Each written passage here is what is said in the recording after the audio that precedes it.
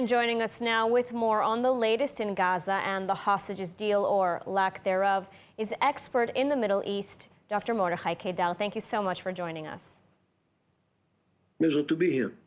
So Hamas has announced that it doesn't know how many hostages are still alive, and so negotiations have stalled for now.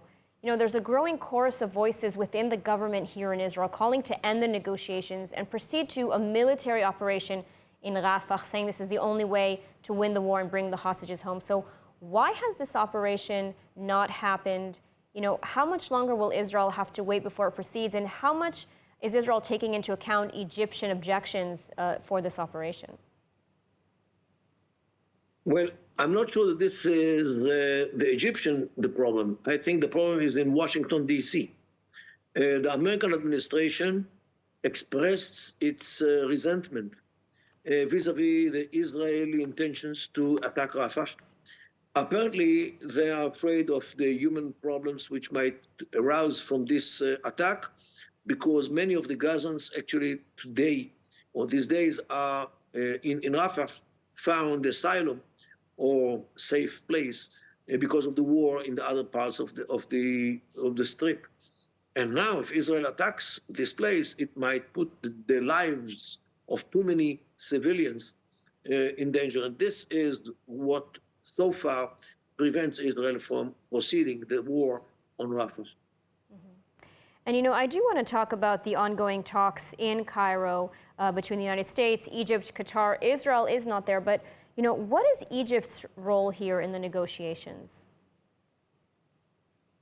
Well, Egypt is a very delicate or very sensitive situation. On one side, they, as if they don't want to give asylum or safe house to the brethren, the Palestinians, means that they actually betrayed them by not allowing them to run away from the Israeli war machine, as they say it.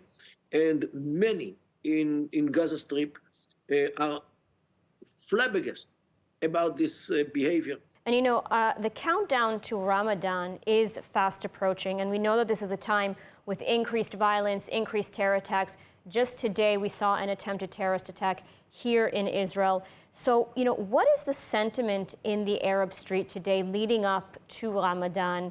Do they realize that Hamas's calls for, you know, a violent uprising is just propaganda? No. They see on Al Jazeera and other competitors of ILTV, they see the scenery in Gaza. And they are full of willingness to take revenge from Israel. They don't take it seriously what Israel claims that happened on October 7th. They think that Israel lies about the number of casualties, lies about raping, lies about burning and decapitating people, and they definitely would undermine Israeli security as a revenge for what Israel is doing in Gaza. And this is what we see. However, it doesn't appeal on everybody. Many want to pass Ramadan peacefully, to fast during the days and eat during the nights. They have no intention to agitate anything against Israel. But the problem is that the moderate people are always are moderate. They are not violent.